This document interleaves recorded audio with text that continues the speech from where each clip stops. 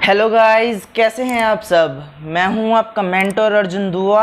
आपका मेरे channel NCERT math गुरु पर स्वागत है। आज हम स्टार्ट करेंगे बिजनेस मैथमेटिक्स में 7.4 एक्सरसाइज। इसके मैंने आपको 13 क्वेश्चन तक करवा दिए हैं। आज हम इसके क्वेश्चन नंबर 14 से स्टार्ट करेंगे। तो स्टार्ट करने से पहले अगर आपने अब तक 13 क्वेश्चन तक नहीं किए तो मेरी पिछली वीडियो जाकर जरूर देख लें। अगर आप हमारे चैनल पर नए हैं, चैनल को सब्सक्राइब कर लें ताकि आपको बिजनेस मैथमेटिक्स से रिलेटेड नए नए वीडियोस की नोटिफिकेशन सबसे पहले मिल जाएं और अपने दोस्तों को शेयर करना ना भूलें। तो क्वेश्चन नंबर 14 स्टार्ट करते हैं। आप अपनी बुक में देखिए, मैं क्वेश्चन रीड कर रहा हूँ। A retired person has ₹70,000 to invest and 2 types of bond are available in the market for investment. तो यहाँ से क्या पता चलता है कि एक रिटायर्ड पर्सन है, उसके पास 70,000 रुपये हैं जो इन्वेस्ट करना चाहता है बॉन्ड्स में, और 2 तरह के बॉन्ड्स हैं। तो यहाँ पे फर्स्ट बॉन्ड और सेकंड बॉन्ड रहेगा। फर्स्ट बॉन्ड में हमारे पास देखिए क्या है। First type of bond yield an annual income of 8% on the amount invested and the second type of bond yield 10% per annum. तो यहाँ से क्या पता चलता है, जो फर्स्ट टाइप का बॉन्ड है उस पर जो हमें इंटरेस्ट मिल रहा है पर एनम वो कितना है 8%, और जो दूसरा टाइप है उस पर हमें 10% मिल रहा है। इसी तरह से नेक्स्ट हमारे पास इन्फॉर्मेशन है। As per norms he has to invest a minimum of 10,000 and in the first type and not more than 30,000 in the second type. तो यहाँ से क्या पता चलता है कि कम से कम उसे 10,000 तो फर्स्ट टाइप में जो है इन्वेस्ट करने हैं, यानी कि फर्स्ट टाइप ऑफ बॉन्ड में 10,000 कम से कम उसको इन्वेस्ट करने हैं। और सेकंड टाइप में क्या बताया गया है कि उसको किससे ज़्यादा नहीं करने, 30,000 से ज़्यादा इन्वेस्ट उसमें नहीं करने, यानी कि 30,000 से इसमें ज़्यादा इन्वेस्ट वो नहीं कर सकता। तो हमें क्या बताना है नेक्स्ट इन्फॉर्मेशन में देखिए। How should he plan his investment so as to get maximum return after 1 year of investment. तो उसको जो है मैक्सिमम रिजल्ट उसका कब मिलेगा, यानी कि मैक्सिमम रिटर्न उसके पास कब आएगी, तो ये बताना है हमें। इसके लिए एलपीपी तैयार करनी होगी। तो यहाँ पे सबसे पहले हम क्या करेंगे, लेट कर चलेंगे। तो लेट हमने किया, जो उसने फर्स्ट टाइप के जो बॉन्ड में इन्वेस्ट किया उसको हमने लेकर चले X रुपीज़। इस तरह जो सेकंड टाइप के में इन्वेस्ट करेगा उसको लेकर चले हम Y रुपी। इसी तरह से जो हम टोटल प्रॉफिट टोटल कॉस्ट लेकर चलते हैं उसको किससे डिनोट करते हैं, एकदम सही बता रहे हैं, Z से। तो हमने वही किया, देखिए Z be the total amount, या फिर टोटल प्रॉफिट कर सकते हैं, या फिर टोटल रिटर्न लिख सकते हैं। उसके बाद जो भी हमें क्वेश्चन में कहा जाएगा मैक्सिमाइज करना है या मिनिमाइज, तो उसको लिखेंगे। तो यहाँ पे मैक्सिमाइज करने को कहा गया, तो मैक्सिमाइज किसको करेंगे हम, इन्वेस्टमेंट, यानी कि जो उसको रिटर्न मिलेगी। तो उसके लिए हमने क्या किया, जो उसका इंटरेस्ट मिल रहा था वो उसकी इनकम थी, तो उसको हमने उसके जो इतने इन्वेस्ट किए होंगे रुपये उसके मल्टीप्लाई करके हमने फाइंड किया।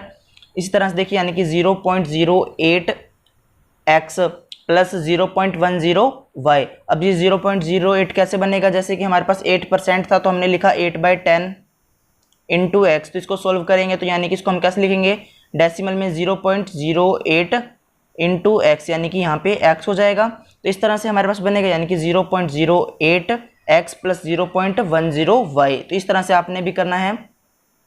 उसके बाद हमने क्या किया, जो हमें क्वेश्चन में गिवन था कि अगर दोनों टोटल करता है उसके पास 70,000, तो उसका कंस्टेंट बनाएंगे हम, यानी कि सब्जेक्ट टू कंस्टेंट्स तैयार करेंगे। अब तो किस तरह से x प्लस वाई, यानी कि फर्स्ट में और सेकंड में अगर इन्वेस्ट करता है तो किससे ज़्यादा नहीं हो सकते या फिर किसके इक्वल हो सकते हैं। 70,000 रुपये टोटल उसके पास है, यानी कि उसके इक्वल इन्वेस्ट कर सकते हैं या फिर उससे कम कर सकता है, यानी कि 70,000 तक उसके लिमिट है। उसके बाद क्या कहते हैं कि कम से कम उससे 10,000 तो फर्स्ट में इन्वेस्ट करने हैं, यानी कि x जो है बड़ा होगा 10,000 से। तो हमने क्या किया, x greater than and equal to 10,000, यानी कि कम से कम उसे 10,000 करने, यानी कि 10,000 या उससे ज़्यादा, इसलिए हमने यहाँ पे क्या किया, ग्रेटर देन का साइन लगाया। इसके बाद क्या कहता है, सेकंड टाइप में कितना करना है, सेकंड टाइप में हमें 30,000 से कम इन्वेस्ट करने थे, तो यहाँ पे हमने किया y लेस देन 30,000 रुपीज़। इस तरह से नेक्स्ट हमारे पास इन्फॉर्मेशन देखिए क्या बन जाएगी। अब हमारे पास एलपीपी तैयार हो गई।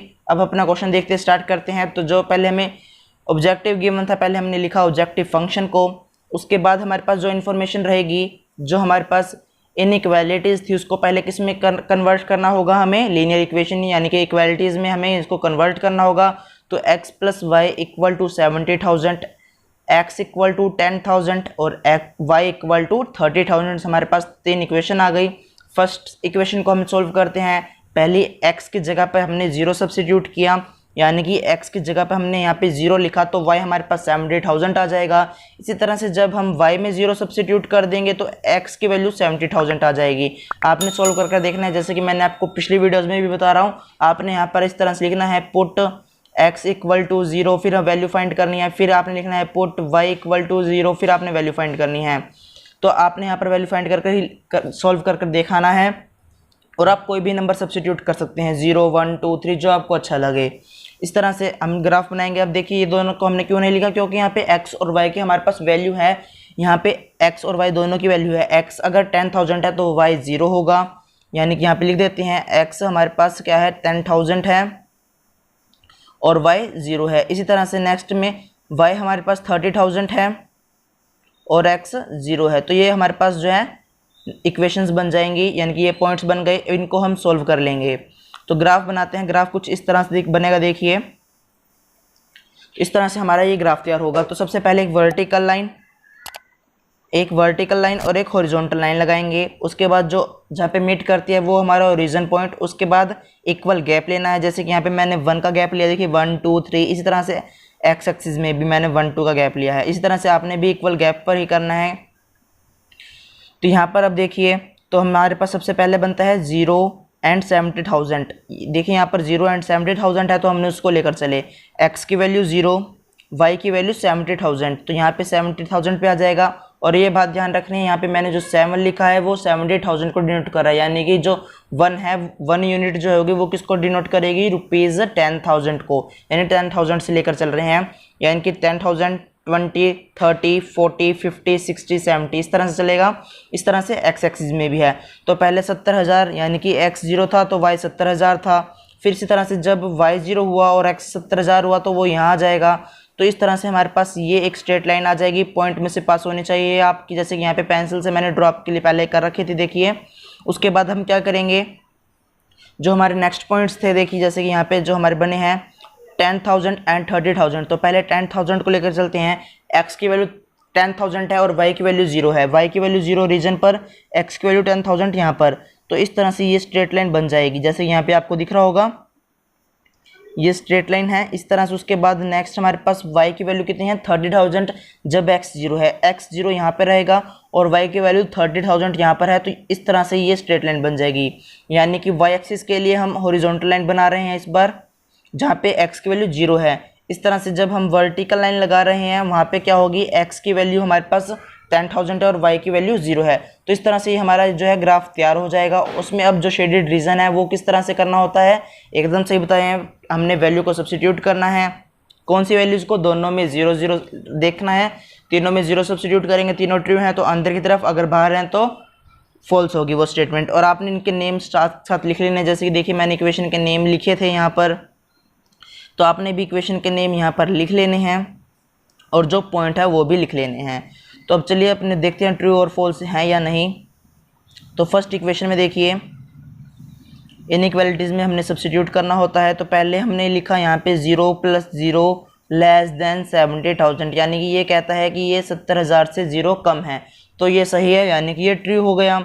उसके बाद क्या कहता है, 0 अगर यहाँ पे सब्स्टिट्यूट करते हैं तो 0 बड़ा है 10,000 से, तो ये क्या हो जाएगा, कोई 0 बड़ा हो सकता है 10,000 से, नहीं, तो ये फॉल्स हो जाएगा।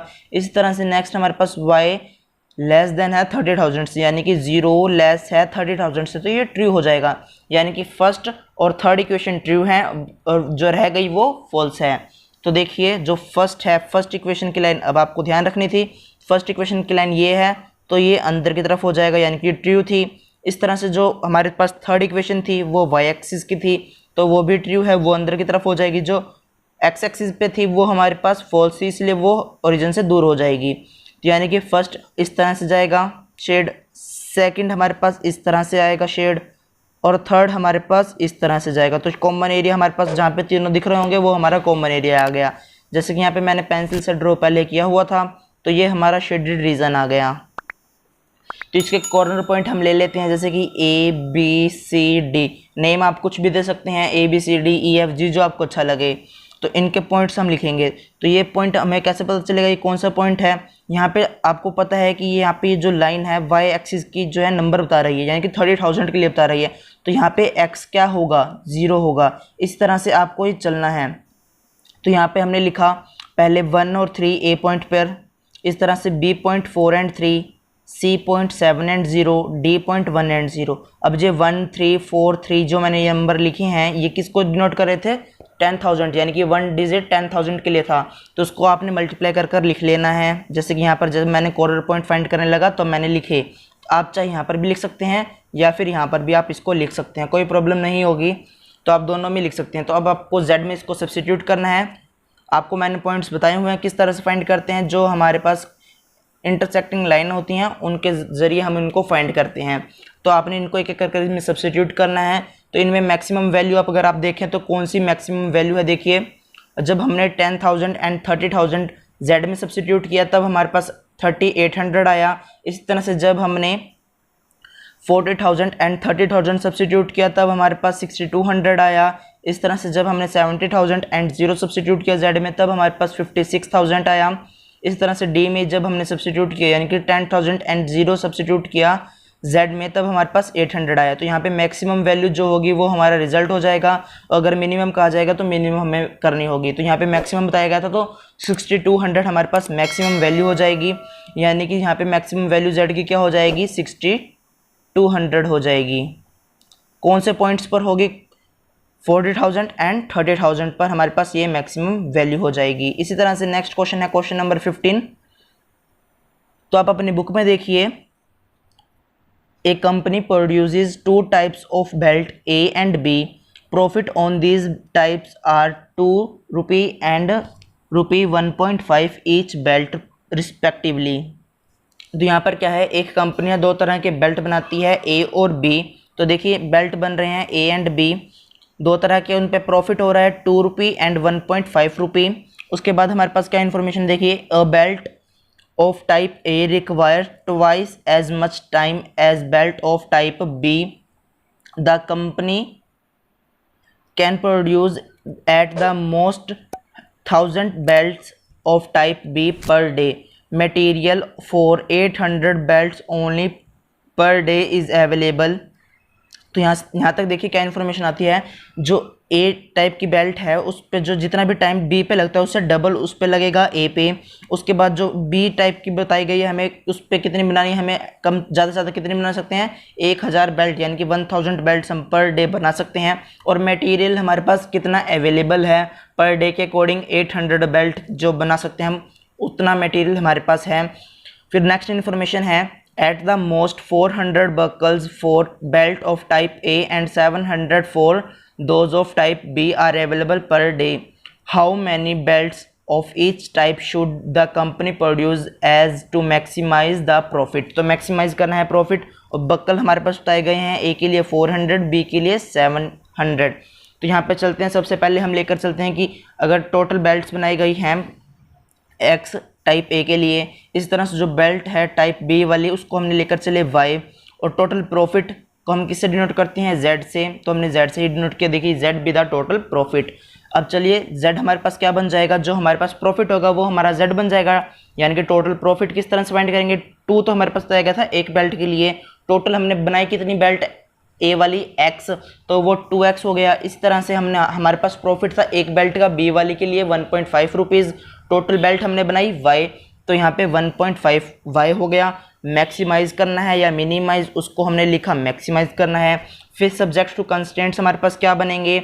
दोनों के लिए हमारे पास मटेरियल अवेलेबल है x + y, यानी कि ए और बी बेल्ट के लिए हमारे पास अवेलेबल मटेरियल है 800, यानी कि 800 से हम कम ही बेल्ट्स बना सकते हैं, यानी कि 800 जितनी और उससे कम, यानी कि x + y is less than and equal to 800।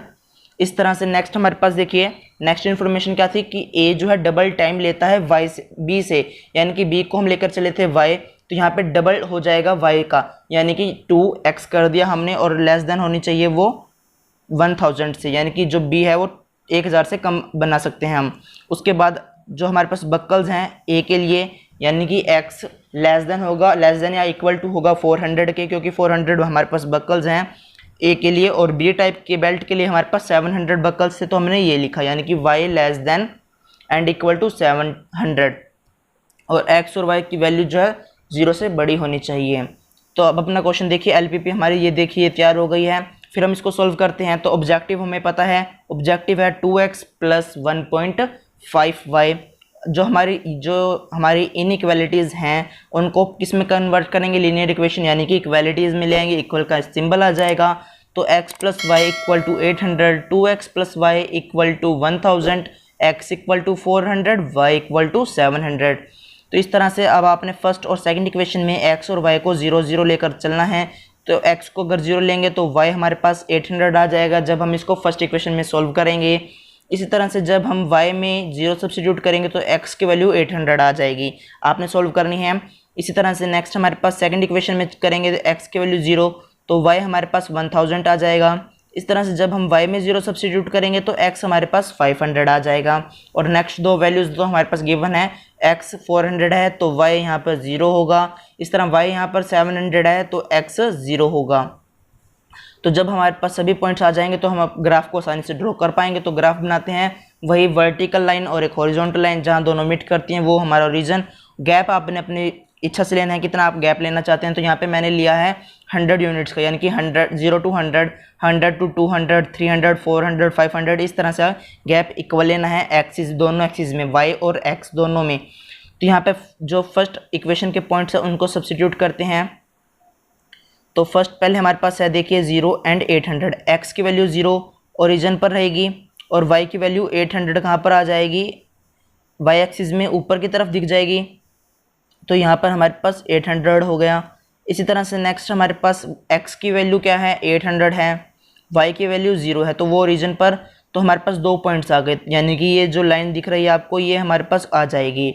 इसी तरह से हमें सेकंड इक्वेशन की लाइन करनी होगी, यानी कि x की वैल्यू जब 0 है और y की वैल्यू 1000 है तो x की वैल्यू 0 ओरिजिन पर रहेगी, y की वैल्यू जो 1000 वो हमारे पास y एक्सिस में ऊपर की तरफ आएगी, यानी कि यहाँ पर।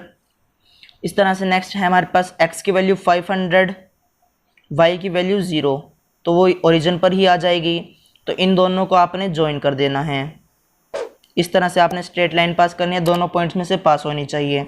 उसके बाद आपने जो आपके दोनों पॉइंट्स रह गए उनको लेकर चलते हैं। x की वैल्यू 400, y की वैल्यू 700। तो x की वैल्यू जो 400 है वो पैरेलल बनेगी किसके, y एक्सिस के। तो यहाँ पे 400 जहाँ पे पॉइंट होगा उसे एकदम स्ट्रेट लाइन लेकर चलनी है वर्टिकली। इसी तरह से नेक्स्ट y की वैल्यू जो है 700, तो उसके लिए हम हॉरिजॉन्टल लाइन लेंगे 700 से, देखिए यहाँ पे इस तरह से।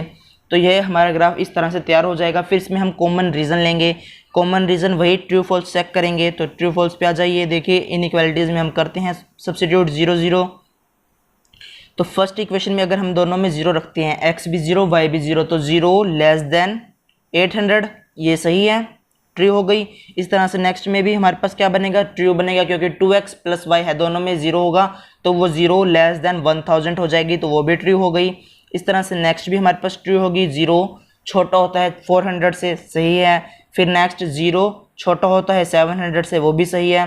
तो ये तो हमारे पास ट्रू हैं, तो ये भी हमारे पास क्या हो गए, सभी के सभी ट्रू हो गए, यानी कि सारी की सारी लाइंस जो हैं ओरिजिन की तरफ ही कह रही हैं। तो ओरिजिन की तरफ हम कर देंगे इस तरह से, देखिए। तो इस तरह से हमारे पास ये रीज़न आ जाएगा। जो आपको पेंसिल से शेडेड रीज़न दिख रहा है वो हमारे पास कॉमन एरिया है इसका। जब आपकी लाइन एकदम परफेक्ट होंगी तो आपको पता लग जाएगा सभी लाइंस जो हैं इसी तरफ को जाएंगी। तो इस तरह से हमारे पास ये रीज़न आ गया। इनके corner point A, B, C, D, E और F सभी कॉर्नर लेने हैं हमने, कोई भी कॉर्नर को नहीं छोड़ना। तो यहाँ पे देखिए इस तरह से हमारे पास नाम सभी आ जाएंगे। आप नाम कुछ भी दे सकते हैं। इन पॉइंट्स को हम फाइंड कर सकते हैं, जैसा कि मैंने आपको बताया है जो सा पॉइंट फाइंड करना है, दो लाइन का इंटरसेक्शन उसमें ज़रूर होगा, वो पॉइंट हम फाइंड कर सकते हैं। तो जिस तरह से मैंने आपको बताया है आपने उसी तरह से पॉइंट्स फाइंड करने हैं। तो हमारे पास एक पॉइंट आएगा 0 and 700 का, फिर 100 and 700 का, 200 and 600 का, 400 and 200 का, 400 and 0 का, एंड 0 and 0 का। तो नेम आगे पीछे, पॉइंट आगे पीछे हो सकते हैं, लेकिन नंबर यही रहेंगे आपके पास। उसके बाद अब इसमें हमने किस में सब्स्टिट्यूट करना होता है, z में। z हमारे पास था 2x प्लस 1.5y, आपने इन सभी पॉइंट्स को एक एक कर जैसे कि 0 एंड 700 देखिए मैंने यहाँ पे सब्स्टिट्यूट करा, सोल्व करेंगे। सोल्व करने पर 1050 हमारे पास सोल्यूशन आ जाता है। इस तरह से बी पॉइंट भी आपने सब्स्टिट्यूट करना है, तब हमारे पास 1250 यानी कि 1250 आ जाएगा। इसी तरह से 200 एंड 600 को करेंगे तो 1300 हमारे पास रिजल्ट आ जाएगा। 400 एंड 200 को करेंगे तो 1100 आ जाएगा। तो आपने सिर्फ वैल्यू को क्या करना है, सब्स्टिट्यूट करना है और फिर आपने इसको सॉल्व कर देना है। तो आपके पास इसी तरह से 800 एंड 0 आ जाएगा। तो हमें इसमें क्या कहा गया कि मैं आपको मैक्सिमम वैल्यू देखनी है। तो मैक्सिमम वैल्यू आपको कौन सी दिख रही है, 1300 एकदम सही। कौन से पॉइंट्स पर है, सी पॉइंट। नाम कुछ भी हो सकता है आपका ABCD। तो यहाँ पे मेरा सी पॉइंट है और नंबर क्या है, नंबर ध्यान रखना है 200 एंड 600 है इसी सीक्वेंस में, यानी कि पहले x फिर y। तो यहाँ पे 200 एंड 600 हमारे पास मैक्सिमम वैल्यू देगा। जब किस पे देगा, कौन सा पॉइंट होगा, वो 200 एंड 600 होगा जब हमारे पास z की वैल्यू हो जाएगी 1300। तो ये सबसे मैक्सिमम पॉइंट हो जाएगा। बाकी के जो नेक्स्ट क्वेश्चन है वो हम अगली वीडियो में करेंगे। अगर आपको वीडियो अच्छी लगे वीडियो को लाइक कीजिए, दोस्तों को शेयर कीजिए। अगर आप हमारे चैनल पर नए हैं चैनल को सब्सक्राइब करें, बेल आइकन को प्रेस करें ताकि आपको बिजनेस मैथमेटिक्स से रिलेटेड नई नई वीडियोज़ की नोटिफिकेशन सबसे पहले मिल जाएँ।